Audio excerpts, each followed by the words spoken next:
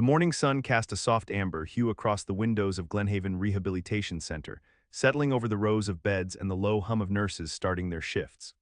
It was a quiet facility tucked into the edge of a sleepy New England town, the kind of place with hydrangeas that bloomed too early in spring and volunteers who brought crossword puzzles instead of flowers. Nora arrived every morning at 7:00, coffee in one hand and her badge still warm from her jacket pocket. She moved through the halls like someone who knew sorrow well but had made peace with it, the way some people walk along the shoreline, never trying to tame the sea, only listening for its pull. Her patients called her the quiet nurse, though it was said with a kind of reverence, not critique. She didn't speak much unless it mattered. When she did, her voice had the steady softness of someone who had been broken once but chose, every day, to mend. Room 207 had been empty for a week. Mr. Carroway, the sweet man with the tremor and the fondness for cherry pie, had passed quietly during the night the week before. Nora had folded his last cardigan and tucked his crossword books into a paper bag for his daughter. That room stayed closed until this morning, when Nora passed by and caught the sound of wheels and voices. A new patient.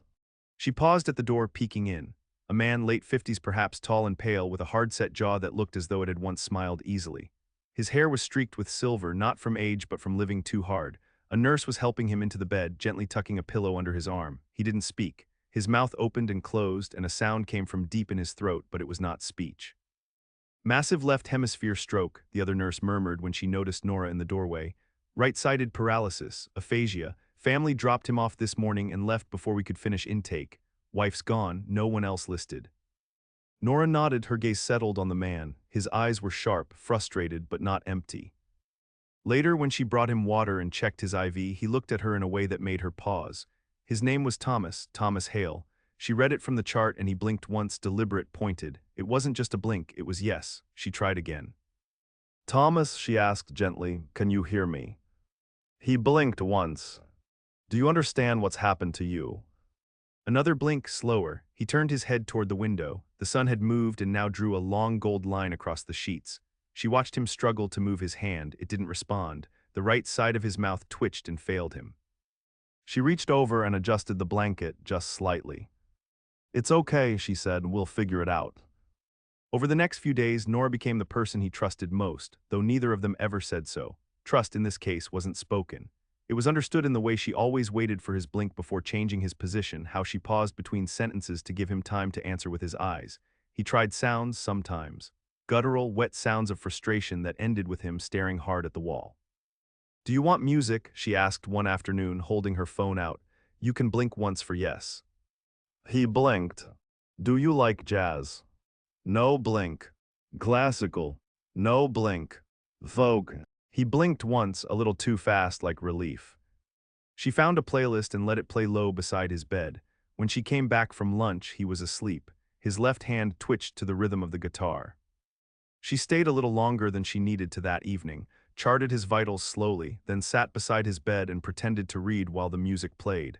When she looked up, he was awake and watching her. He blinked again, steady. No one ever came to visit.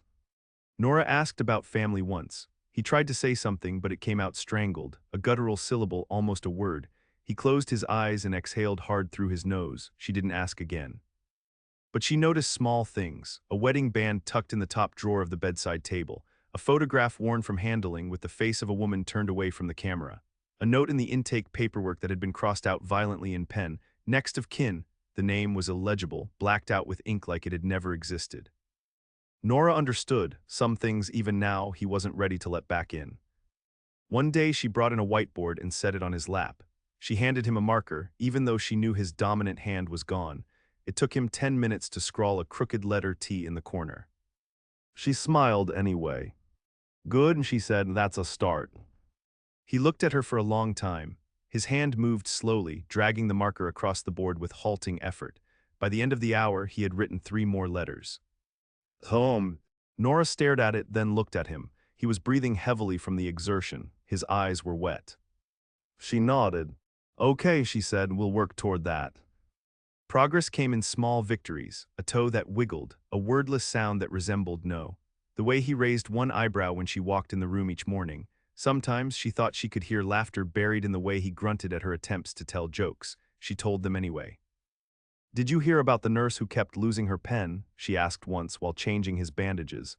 Turns out it was behind her ear for 3 shifts. He made a soft huffing sound, not quite a laugh but close enough to count. Later that week, she found the letter N drawn clumsily on the corner of his whiteboard. It wasn't his initial, she tapped the board. Amazed. He blinked once slowly. A warmth spread behind her ribs, sharp and quiet. She told him about her son one evening while fluffing his pillow, how he'd gone off to college out west and called every Sunday, how he still asked her for lasagna recipes and called her Nora instead of Mom when he was being sarcastic. She told Thomas how the house was quieter than she liked, how she missed being needed. She didn't mean to say all that, but he listened. That mattered more than she expected. He tried to write again the next day. The effort cost him. The letters were wobbly, jagged, but they spelled something she hadn't heard in a long time. Lonely. She bit her lip hard. A little, she said, but not when I'm here. He blinked, then closed his eyes as if that answer satisfied him. Weeks passed. She came in one morning to find him trying earnestly to move his right leg, a twitch at first, then a strain.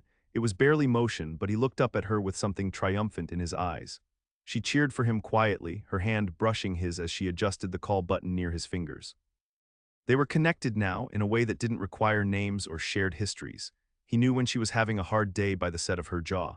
She knew when he wanted something by the way his eyes shifted toward the window or the water cup or the photograph he kept in the drawer. There were things between them that had no name but were felt deeply. One night, long after most of the other nurses had gone home, Nora sat beside his bed and opened the drawer. She held up the picture. Is this someone you lost?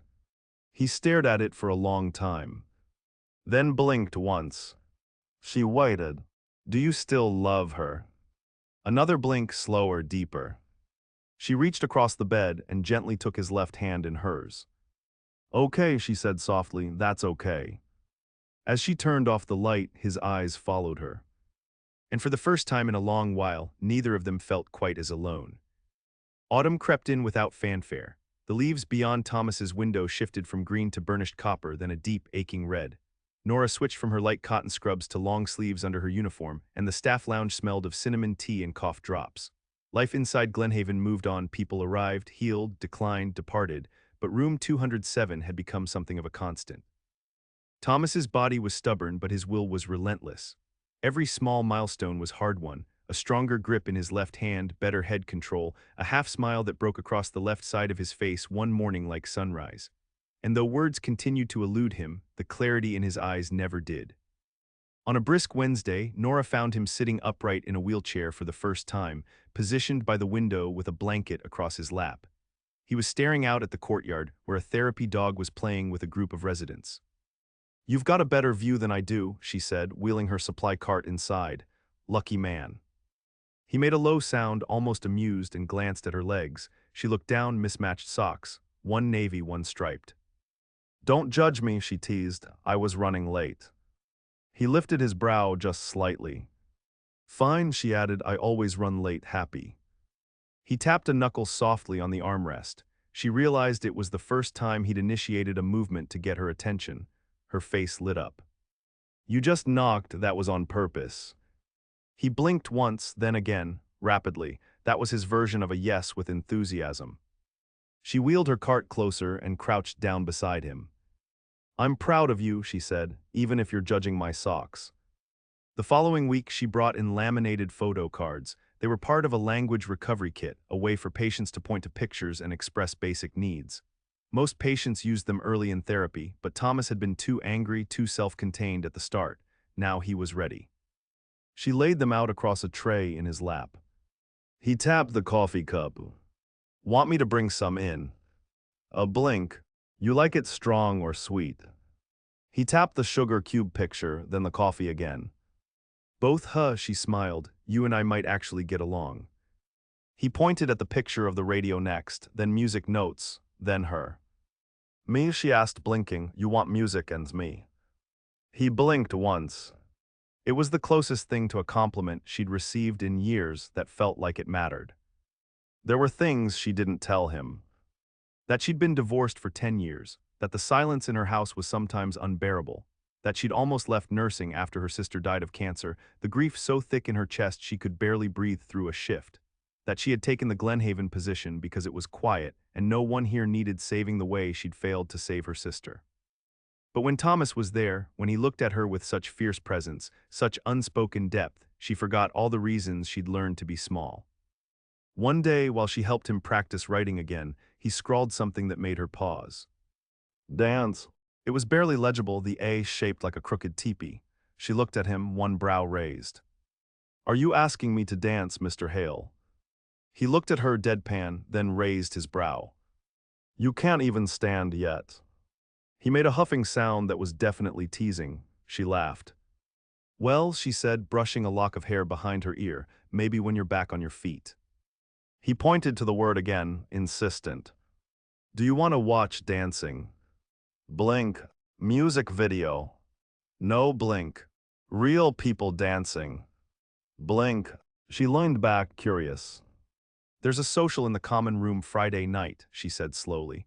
They're bringing in a band, maybe I could wheel you down for a bit. He blinked again once, then again, 2 blinks now more than confirmation, it felt like gratitude. That Friday she stayed past her shift, changed into a navy sweater and jeans in the locker room, tied her hair back differently, with a soft ribbon she hadn't worn in years. She found Thomas waiting by the door in his wheelchair, face shaved clean, a comb left beside the sink. You clean up well, she said, wheeling him down the hallway. In the common room, the lights were dimmed. There were paper lanterns strung overhead and the local band played soft, lilting jazz. A few older couples swayed gently, their steps small but full of memory. Nora parked his chair near the edge of the makeshift dance floor and stood beside him. This okay? He blinked once, slowly, then looked at her hand. She hesitated, then reached out, placed her fingers lightly in his. His palm was warm, calloused, real. They didn't speak, but the music did enough. He tapped his thumb against her fingers in rhythm with the beat. When one of the nurses took a photo, Nora turned away, embarrassed by how she smiled when she looked at him, but Thomas didn't stop watching her. She didn't mind. The next morning, there was a card on her locker. It was childlike, hand-drawn, a rough sketch of 2 stick figures, one in a wheelchair, the other dancing. The word thank you was scrawled above it, and a tiny lopsided heart was drawn in the corner. It was signed with a T. She held the card to her chest and stood there in the locker room for a long moment, alone with her quiet pulse and something heavier, something that felt a little like hope. Fall deepened, Nora started wearing scarves again. She brought Thomas books with large print and began reading aloud to him in the evenings when her shift ended. They finished one novel, The Old Man and the Sea, and when she closed the cover, he reached out and touched her sleeve. She looked down. He pointed to the book, then to his chest. You feel like him. Blink. You're not defeated, she said quietly. You're still in the fight. He pointed at her next. She blinked. You think I'm like him. He shook his head, then tapped her wrist. Not like him, she whispered. He pointed at the book again, then to her, then to himself. Together. Her throat went tight. I think so too. The day he stood for the first time lasted 7 seconds. He trembled, braced on the parallel bars in physical therapy, and his face went pale with effort. But when he looked up and saw Nora watching from the door, something in him steadied. He gripped the bar, legs locking, shoulders tense, and for 7 full seconds he stood. She clapped, tears in her eyes, and the therapist whispered, "That's a huge win." He didn't look at the therapist. He looked only at her. Later that day, he wrote again. You saved me. Her breath caught. She touched her fingers to the words, then to her heart. No, she whispered, you just needed someone to see you, that's all I did. He shook his head. And for the first time, with incredible effort, he mouthed the word. No, it came out broken, but it came. Her hands trembled as she reached for his. We're saving each other, she said. And this time he smiled, half his mouth crooked and slow but real. They sat like that for a long time, his fingers wrapped around hers, the late light filtering through the window. Neither of them said another word, they didn't have to. The snow came early that year. By the second week of November, Glenhaven's front walk was dusted in white, the hedges crowned with soft mounds of frost. Staff tread carefully, coats pulled tight, while patients pressed their palms to the windows, watching the flakes fall like secrets from the sky. In room 207, the air was warm and thick with quiet routine.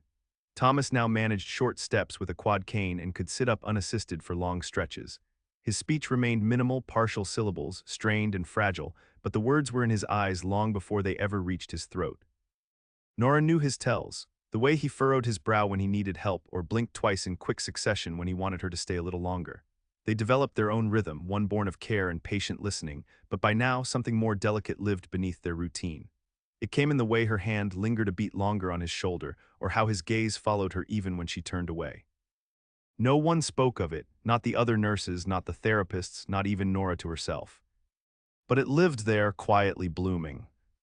That Thursday, a new resident was wheeled into the room across the hall, a woman named Evelyn who had survived a fall and was recovering from hip surgery. She was lively, sharp, and unfiltered in a way that made the hall a little louder. Nora liked her instantly. But Evelyn noticed things, especially Thomas. "Who's the silver fox in 207?" she asked one afternoon while Nora adjusted her leg brace. Nora smiled, careful to keep her voice even. "Mr. Hale, stroke recovery, he's making great progress." Evelyn peered out the door. "That man watches you like you put the stars in the sky." Nora didn't respond, just tucked the blanket tighter around Evelyn's legs. "He married." "No, you married." "No." Evelyn raised a knowing brow. "That explains the look." Nora busied herself with the monitor cord, but the blush had already crept up her neck. The holiday season approached, and the halls filled with paper snowflakes and soft music drifting from overhead speakers. Volunteers brought cookies, carolers visited on Sundays, and the smell of peppermint drifted from the breakroom coffee pot. One afternoon, Nora arrived to find a small gift on Thomas's tray table. It was wrapped awkwardly in newspaper and tied with a thin strip of gauze. She opened it carefully. Inside was a paperback copy of The Remains of the Day, its spine cracked, a sticky note marking the first chapter. The note read, "For when you need words that are better than mine." Her fingers brushed the cover. She looked up. He was watching her, expression unreadable but intense. "Thank you," she whispered. He didn't blink, didn't move. Just looked at her like he meant it. She read the book that week, a few chapters each night before bed, under a worn blanket in her small living room. It wasn't a love story, not quite, but it was about restraint and duty and all the things people leave unsaid, even when their hearts are full. When she reached the end, she closed the book and wept. Not because it was sad, but because she understood it in a way she hadn't expected. On the first snowfall in December, Thomas managed to walk haltingly with a cane and a gait belt to the common room. The entire staff paused to watch. There was something reverent about it. Even Evelyn clapped from her wheelchair. Nora stayed just out of sight, heart full, chest tight with pride. Later, she found him alone by the window. His breath fogged the glass. "You walked there," she said quietly, "on your own." He nodded once, then pointed to the snow. "Beautiful, isn't it?" He turned back to her, reached for her hand. She let him take it. She didn't care who might see. They stood there in silence, side by side, as the world outside softened under the falling white. That night, she found another note tucked inside the book he'd given her. It read, "I used to be a man with too many words. Now I've learned silence says more." She traced the handwriting. It was uneven, jagged in places, but unmistakably his. She closed the book and placed it gently on her bedside table. That night she dreamt of him, whole, speaking, dancing with her in a quiet room with windows open to the sea. The day before Christmas Eve, a visitor came, a young man in a dark coat, barely 30, with storm-colored eyes and a guarded jaw. Nora was on her break when she saw him speaking to the receptionist. Something about his posture unsettled her. When she returned to the hall, she found him in room 207, standing stiffly by the bed. Thomas looked away. Nora paused at the door. The air was different, tense, brittle. "I'm Nora," she said gently. "I'm Mr. Hale's nurse." "I'm his son," the man replied, "Jonas."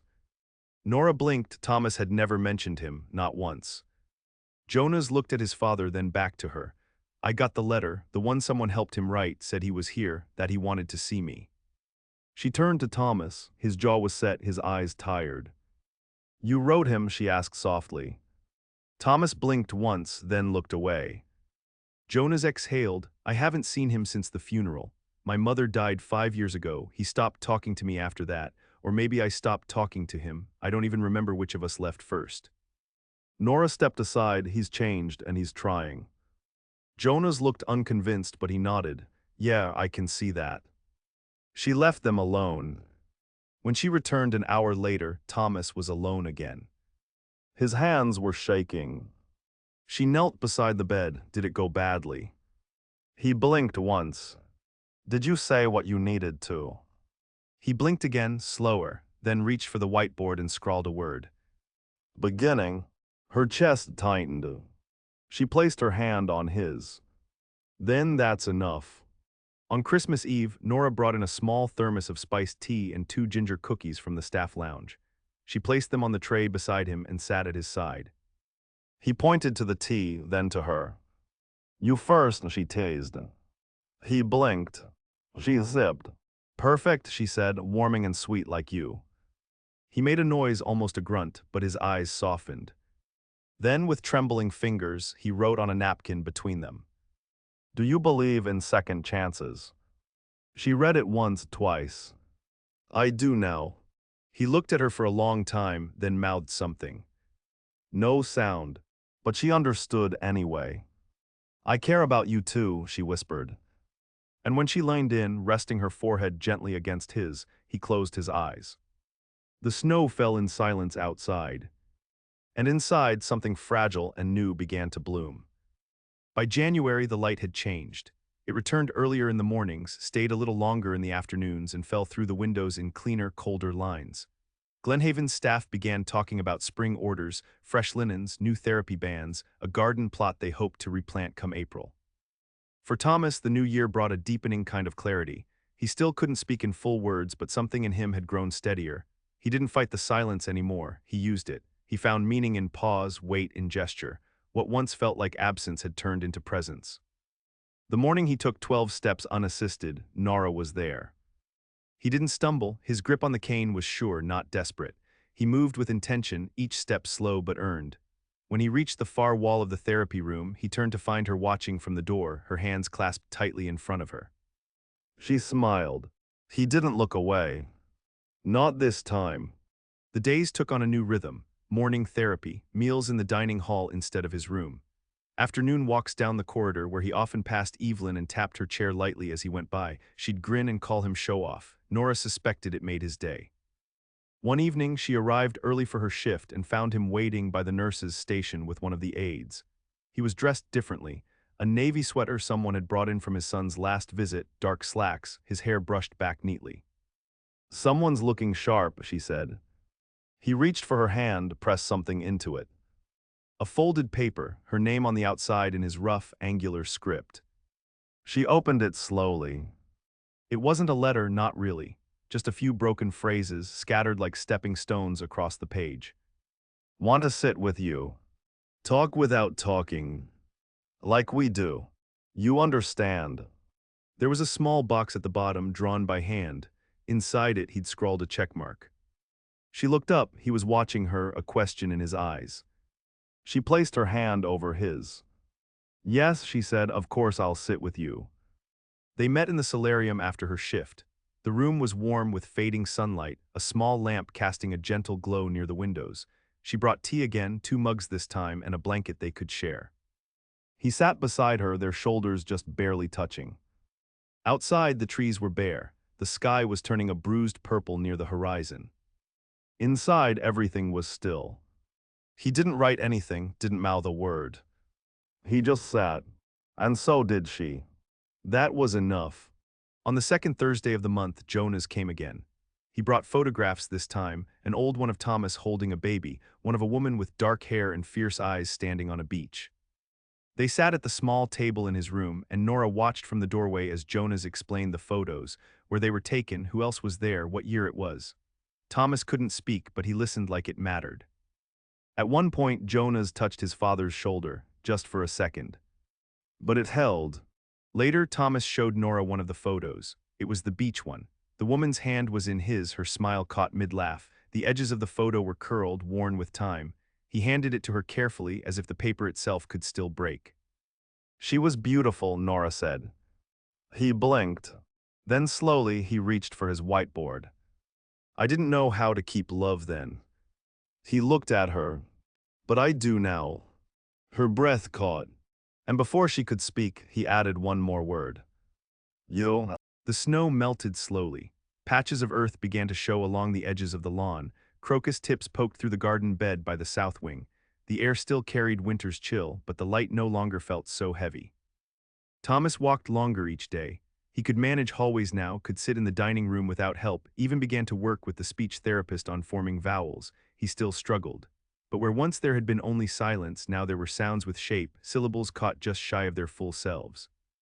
One afternoon, Nora found him practicing. Alone in his room, hand on the table, jaw working slowly. "Arar," he said, barely audible, "NN." He stopped when he saw her, embarrassed.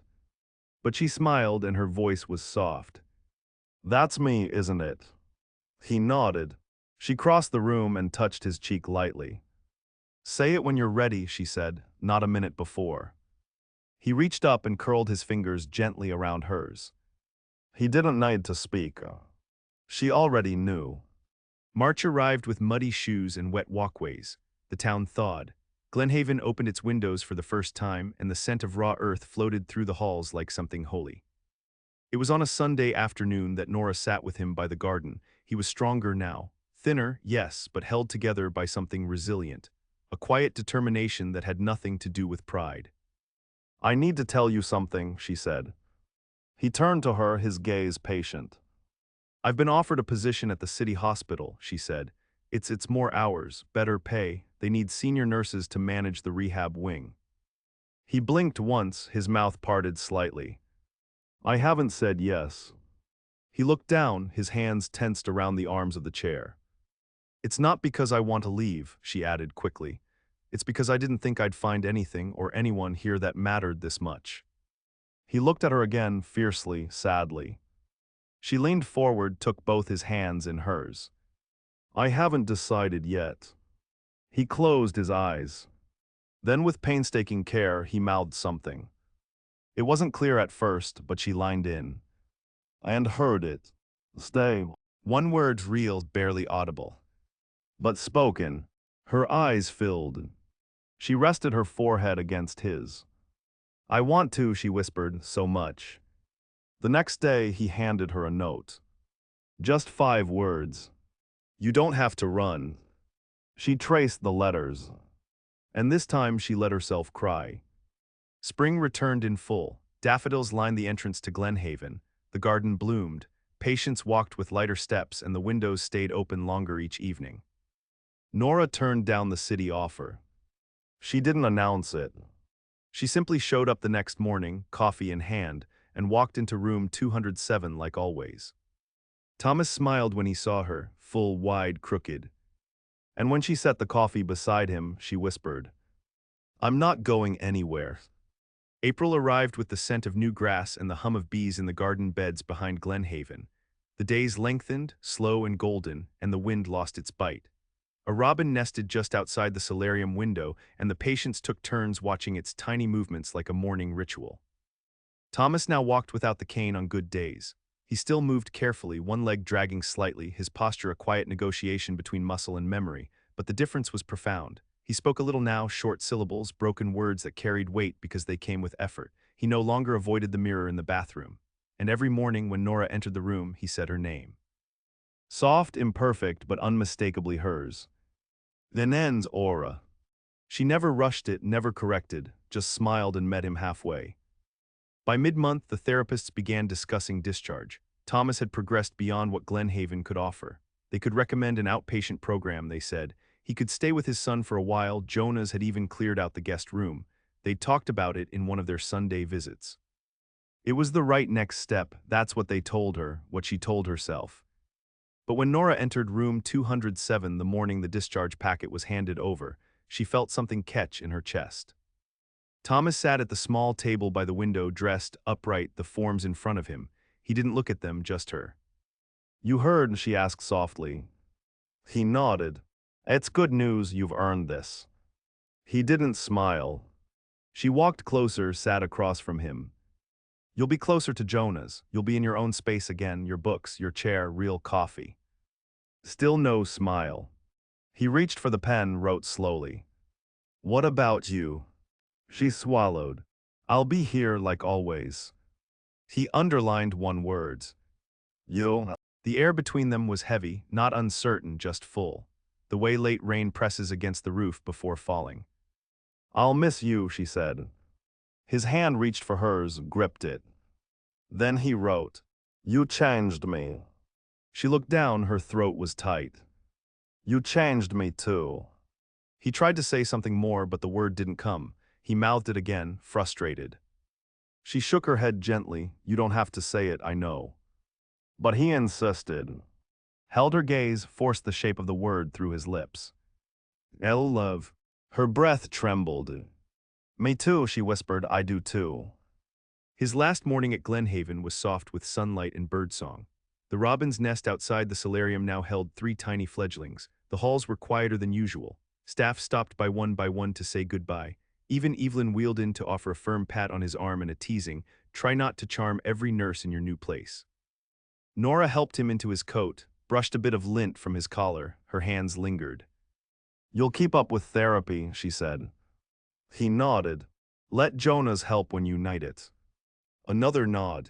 She looked at him. He was ready. But she wasn't sure she was. I wrote you something, she said.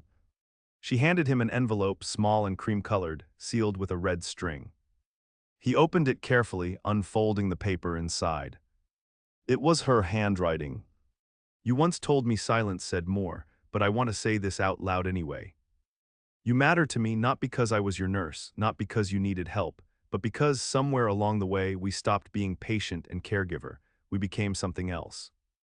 I don't know what life looks like for you out there, but if there's ever a day when you feel like your words still get stuck or the world moves too fast, just know there's someone here who sees all the things you can't say. Still, always.